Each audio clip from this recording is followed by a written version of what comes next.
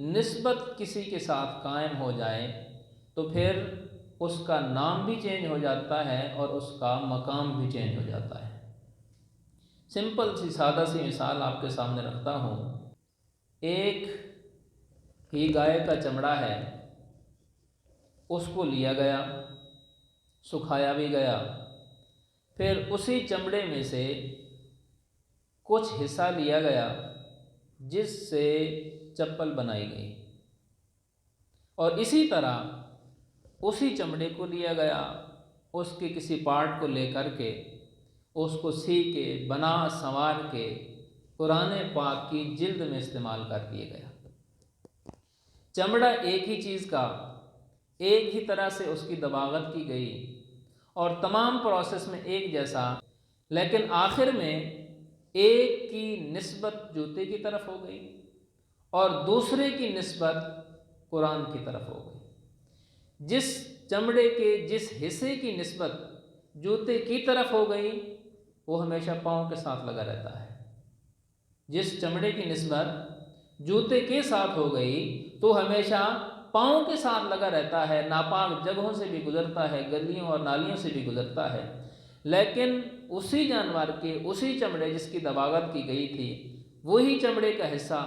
جس کی نسبت قرآن کی جلد کی طرف کی گئی، ہم اسے اپنے لبوں سے چومتے نظر آتے ہیں۔ ڈفرنس کیا ہے؟ صرف نسبت کا۔ چیز ایک ہی تھی لیکن اس کی جب قدر و قیمت والی چیز کے ساتھ نسبت ہو گئی، اب وہ چیز بھی اعلیٰ ہو گئی، اور جس کو اسفل اور کمزور اور نحیف اور ضعیف چیز کی طرف جس کی نسبت کی گئی، اس کی وجہ سے اس چیز کی قدر و قیمت بھی کم ہو گئی۔ اسی طرح سمجھنے کے لیے ایک سمپل سی مثال اور دے دیتا ہوں کہ ایک اینٹ ایک ہی بھٹے میں پکی، ایک ہی جگہ پر اس کو ایک ہی سانچے میں بنایا گیا، ایک ہی بھٹے پہ اس کو ایک جیسی آگ دی گئی، پھر اس اینٹ کو ایک ہی طریقے سے لایا گیا یہاں تک کہ وہ مسجد میں پہنچ گئی۔ کچھ اینٹیں لیں کرام کرتے اور ان سے ہم نے واش روم بنا دیا، اور انہی اینٹوں میں سے لیا جس سے ہم نے ممبر بنا دیا۔ اینٹ ایک، مٹی بھی ایک، بناوٹ بھی ایک جیسی، آگ بھی ان پہ ایک جیسی، لانے کا طریقہ بھی ایک جیسا، لگانے کا طریقہ بھی ایک جیسا۔ ایک کی نسبت بیت روم کی طرف ہو گئی تو وہاں پر جوتا پہن کے جایا جاتا ہے، وہاں پر جگہ کو ناپاک سمجھا جاتا ہے، لیکن دوسری طرف وہی اینٹ اگر ممبر پر لگ گئی، اس کی نسبت بلند ہو گئی، ہم اس کا کیا تھی؟ نسبت۔ اگر اچھی اور اعلیٰ چیز کی طرف کسی کی نسبت ہو جائے تو وہ منسوب چیز بھی اعلیٰ ہو جاتی ہے، اور اگر اس کی نسبت کسی غیر اعلیٰ اور ادنا چیز کی طرف ہو جائے پھر اس کی نسبت بھی ادنا ہو جاتی ہے۔ قرآن پاک میں نسبت کے ساتھ لوگوں کی قدر و قیمت کس طرح بڑھ جاتی ہے، یہ واقعات موجود ہیں۔ حضرت موسیٰ علیٰ نبینا علیہ السلام اور حضرت خضر علیٰ نبینا علیہ السلام، آپ جب سفر کرنے نکلتے ہیں تو راستے میں دیکھتے ہیں کہ ایک دیوار ہے جو بالکل گرنے والی ہے، تو آپ نے اس دیوار کو درست کر دیا، دیوار کو نئے سرے سے پورا بلند کر دیا، یہاں تک کہ جس بستی میں پہنچے تھے جس میں وہ دیوار تھی، وہاں کے رہنے والوں نے آپ سے پانی تک نہیں پوچھا، کسی نے کھانا نہیں کھلایا،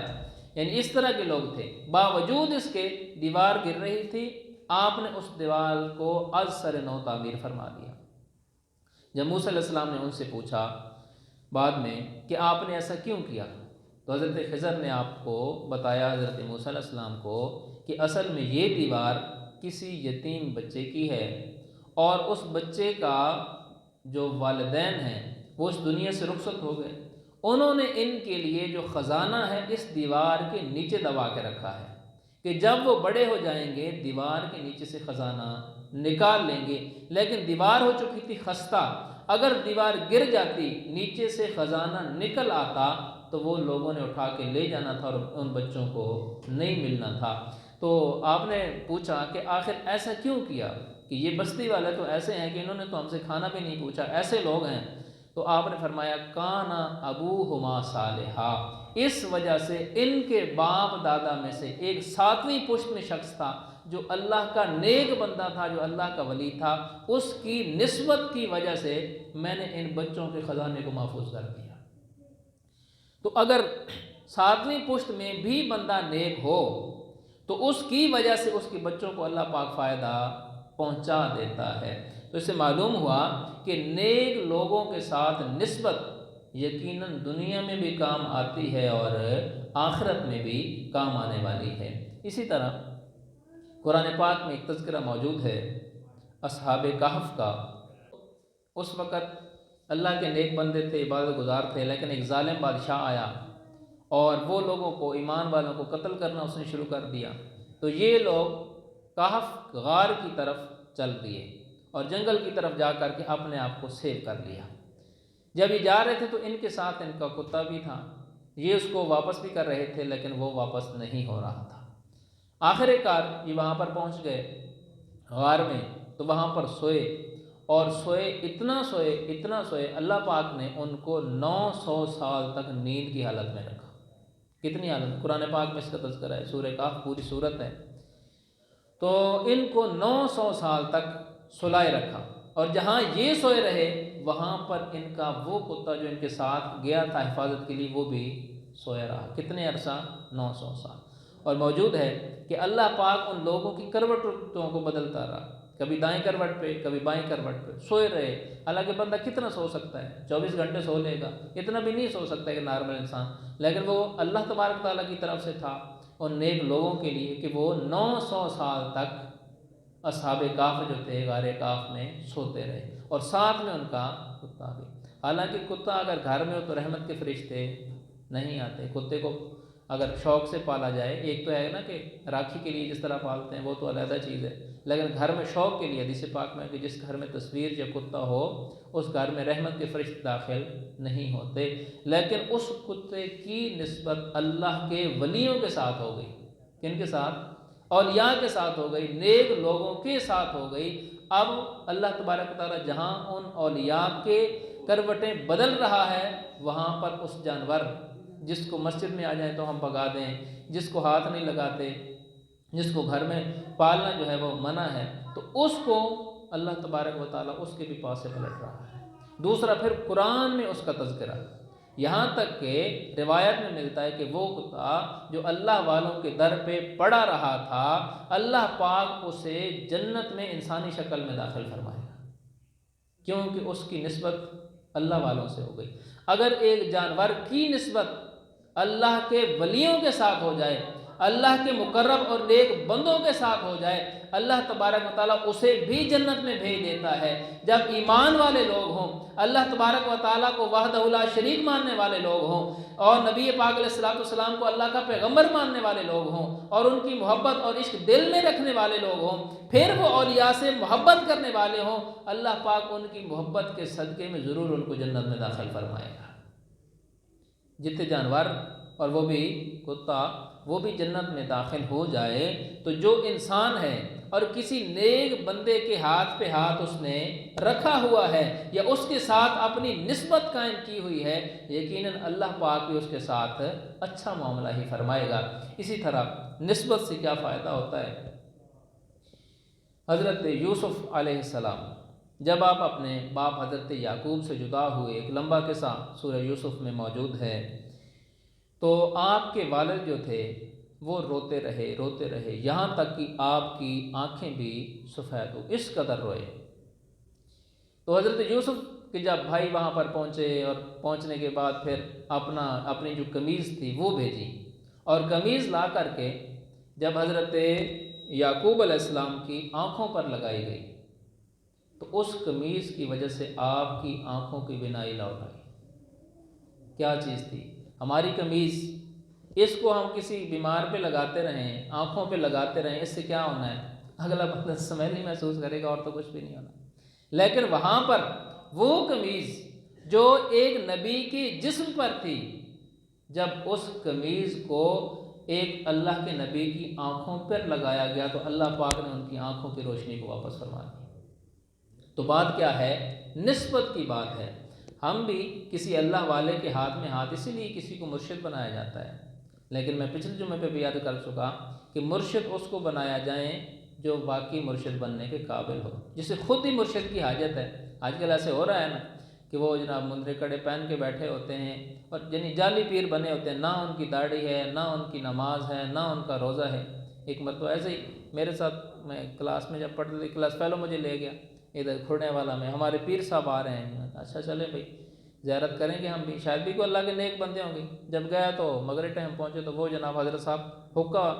چلا کے بیٹھے ہوئے ہیں، سارے بیبیاں بندے ان کے پاس نہ پیڑے لے کے بیٹھے ہوئے ہیں۔ وہ کہتے ہیں یہ حقے میں سے جو سوا ہے نا،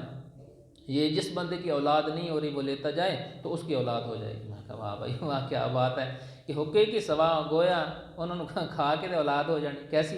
کیسی حماقت ہے نا۔ اور اسی طرح ایک شخص بیان کرتے ہیں ہمارے پیر صاحب بڑے پہنچے ہوئے ہیں بھائی، ان کی بڑی کرامت ہے جی۔ بھائی کیا کرامت ہے؟ بھائی جی جو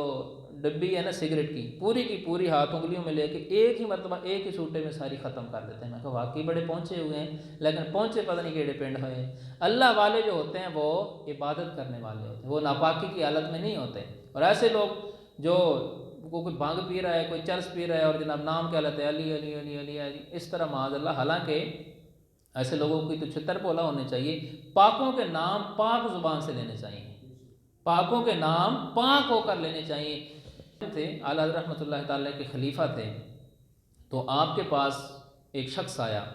اور کہنے لگا کہ اس کے دل میں یہ تھا کہ یہ بندے مولوی شولوی نے کوئی نہیں آتا، اسی پہنچے ہوئے بہتے ہیں۔ تو وہ نا کہنے لگے کہ آپ بتائیں جی نبی پاک علیہ السلام کی اولاد، ان کے نام بتائیں،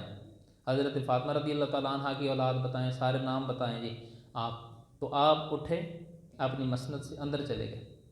اندر جا کر کے اب وہ پیچھے سے بندہ جو اس کے ساتھ گیا تھا نا، وہ خسر پسر کرنے لگا، یار اسے پتہ نہیں ہے، اور اندر جائے گا لائبریری میں جائے گا، کتاباں کتباں پھوڑے گا، کوتھ نام نوم کڑھ کے کوئی پرچی بنا کے لے آئے گا، اسے پتہ کوئی نہیں ہے۔ جب آپ واپس آئے نا تو اس وقت آپ کا داڑھی سے پانی کے قطرے گر رہے تھے اور جناب تازہ وضو کر کے آئے، تو آپ اسے فرمانے لگے کہ مجھے نام نہیں پتہ، اللہ پاک نے مجھے علم دیا ہے، ایسا نہیں کہ مجھے نام نہیں پتہ، اصل میں ایسی ہستیوں کا نام لینا تھا، اتنی عظیم ہستیوں کا نام لینا تھا۔ میں پہلے نام بتانے لگا تھا، پھر میرے دل نے کہا نہیں پاک لوگوں کا نام لینا ہے، پہلے بھی وضو ہے لیکن وضو پر وضو دوبارہ وضو کر کے آؤ تاکہ ان پاک لوگوں کا نام لیا جائے،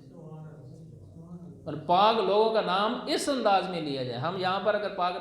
بیٹھے ہیں حضرت علی المتاشر خدا کا ذکر کریں تو کتنا اعلیٰ ہے کہ جگہ بھی پاک، زبان بھی پاک، مجلس بھی پاک، اور وہاں پہ بھنگ پی کے جناب علی علی ہاتھ میں کڑے مندرے فلاں سارا کچھ۔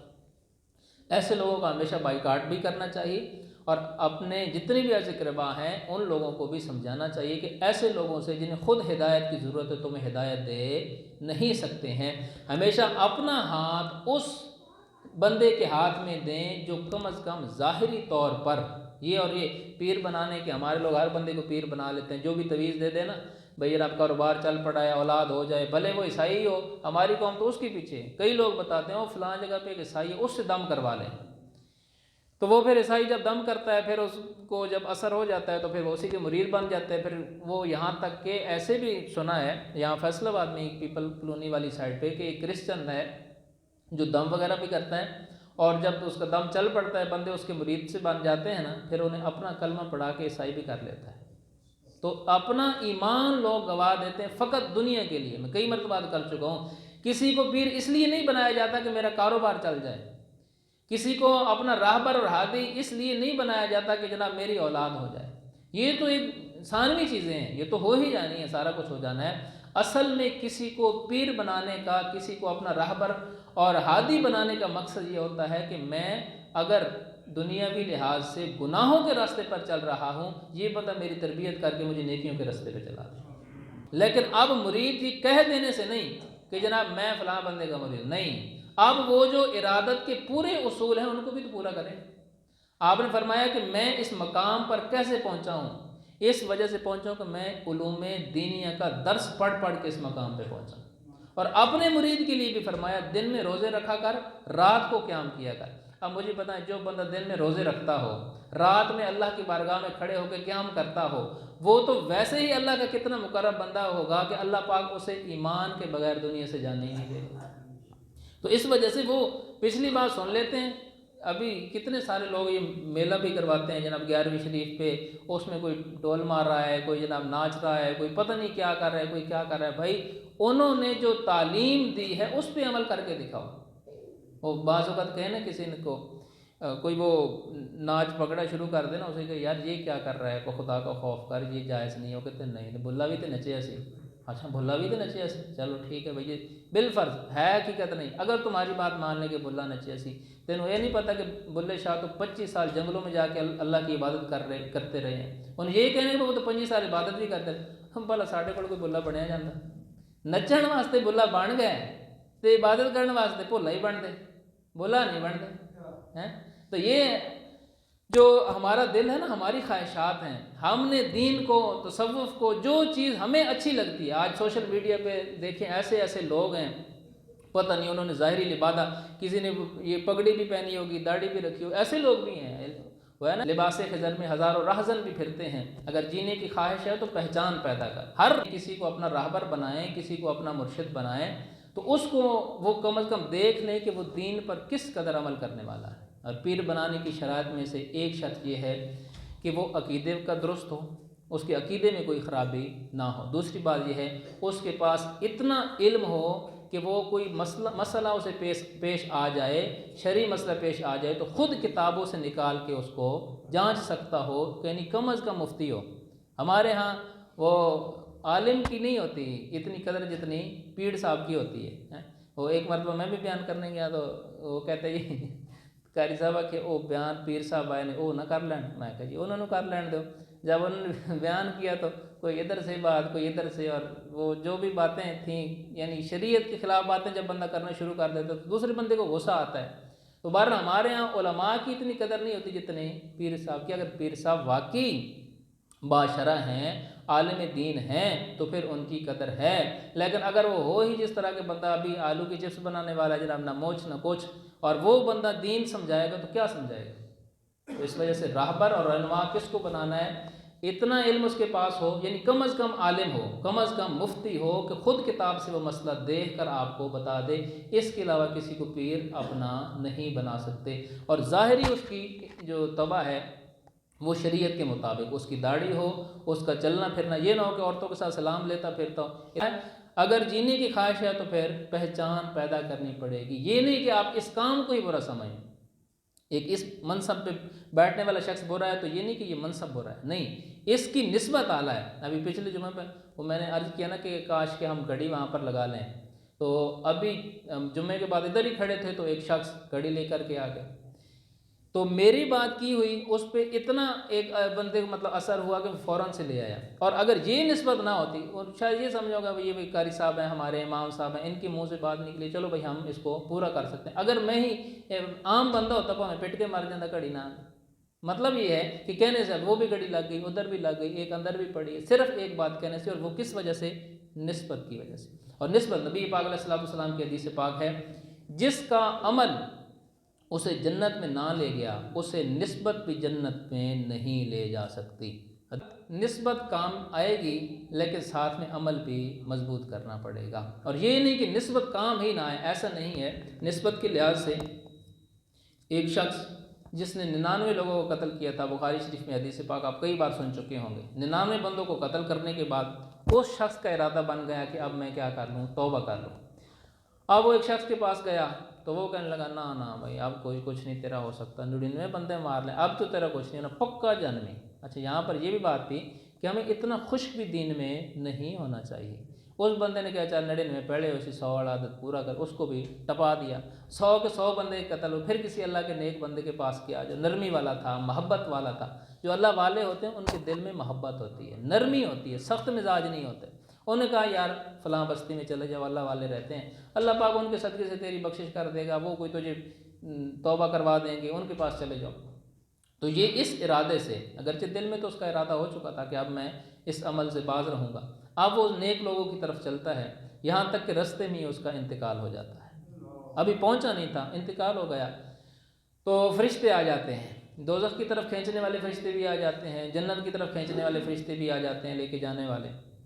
اب وہ جھگڑنا شروع کر دیتے، جنت والے کہتے ہیں بھائی چلو گناہ گار تو تھا لیکن اب تو سچی توبہ کر چکا تھا نا، اب ہم نے اسے جنت میں لے گئے۔ دوزخ والے کہنے اللہ 100 بندے ہیں مارے ہیں، اور اتنا پتہ نہیں کیا کیا اس نے چاند چڑھائے ہوں گے، جو 100 بندوں کو مارنے والا تھا، اور بھی بڑے سارے اس کے کیس ہوں گے۔ تو وہ کہتے ہیں ہم نے آخر کار اللہ تبارک و تعالیٰ نے ان کو یہ فرمایا فرشتوں کو کہ ایسے کرو، تم جگہ ناپ لو، جو میرے ولی ہیں، اولیاء ہیں، جو نیک لوگ ہیں، ان کی بستی کی طرف اگر زمین تھوڑی ہے، زیادہ سفر اس کا طے ہو چکا ہے، اب اسے جنت والے فرشتے لے جائیں، اور اگر اس کی زمین ادھر سے زیادہ ہے اور اپنے گھر کی طرف اس کی زمین زیادہ ہے تو پھر اس کو دوزخ والے فرشتے لے جائیں۔ اب ہوا گیا یہاں تک کہ حدیث پاک کے الفاظ ہیں، حضور نے فرمایا کہ اللہ پاک نے اس زمین کو حکم دیا کہ تو سکڑ جا اور نیک لوگوں کی بستی کے قریب ہو جا۔ زمین سکڑ گئی اور وہ شخص نیک لوگوں کی بستی کے قریب ہو گیا، نیک لوگوں کے پاس پہنچا نہیں، ان کے ہاتھ پہ توبہ نہیں کی، نہ انہوں نے کوئی وظیفہ بتایا، نہ انہوں نے اس کے لیے دعا کی، فقط کیا نسبت پہ عرض کر رہا ہوں نا، فقط کیا تھی اس بستی کی نسبت اس کے قریب، اور ایک بالش، یہ الفاظ ہیں کہ ایک بالش جب ان کی پیمائش کی کہ صرف ایک گٹھ اللہ کے نیک بندوں کی طرف اس کا جو پہنچا، زمین کم تھی، ایک گٹھ زیادہ تھی، جس کی وجہ سے اللہ پاک نے فرمایا کہ جنت والے فرشتے اس کو جنت میں لے جائیں۔ تو نیک لوگوں کی نسبت بندے کو دوزخی سے جنت بناتی ہے، بلکہ ایک حدیث پاک ہے، نبی پاک علیہ الصلوۃ والسلام ارشاد فرمایا کہ وہ لوگ، قیامت کا دن ہوگا، فیصلہ ہو چکا ہوگا کہ یہ لوگ جہنمی ہیں، اور جہنمی لوگ کھڑے ہوں گے اور ان کے پاس سے جنتی بڑی ٹھاٹھ باٹھ سے گزر رہے ہوں گے، جنتی جو ہیں وہ ٹھاٹھ باٹھ سے گزر رہے ہوں گے، اور وہ دوزخی جو ہیں بڑی حسرت والی اور ندامت والی آنکھوں سے انہیں دیکھ رہے ہوں گے کہ ہن کی بڑھنا، اب تو ہم تو دوزخی ہو گئے پہ کھڑے ہوں گے، یہاں تک کہ ایک بندہ گزرے گا، اس کا ہاتھ پکڑ لیں گے اور اسے کہیں گے کہ اے فلاں شخص، تجھے یاد ہے فلاں وقت میں نے تجھے ایک مرتبہ پانی پلایا تھا؟ حدیث پاک کے الفاظ کیا ہیں؟ تجھے یاد ہے فلاں وقت میں نے تجھے پانی پلایا تھا؟ اور پھر حضور فرماتے ہیں ایک ایسے شخص کو پکڑ لیں گے، اسے کہیں گے تجھے یاد ہے میں فلاں وقت میں تجھے وضو کروایا تھا؟ وہ کہے گے کہ ہاں ہاں تو نے مجھے وضو کروایا تھا۔ تو پھر وہ اللہ تبارک و تعالیٰ سے جنتی لوگ کہیں گے یا اللہ انہوں نے دنیا میں میرے ساتھ بھلا کیا تھا، آج انہیں بھی میرے ساتھ جانے دے۔ اللہ پاک ان کی سفارش کو قبول فرما کے ان دوزخیوں کو بھی جنت میں داخل فرما دے۔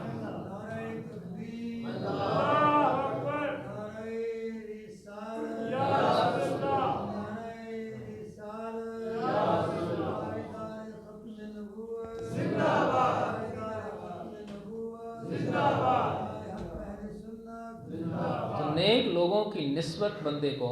پھر یہاں تک کہ ایک اور حدیث پاک کو میں نے پڑھی کہ اللہ تبارک و تعالیٰ جو جنتی لوگ ہوں گے نا،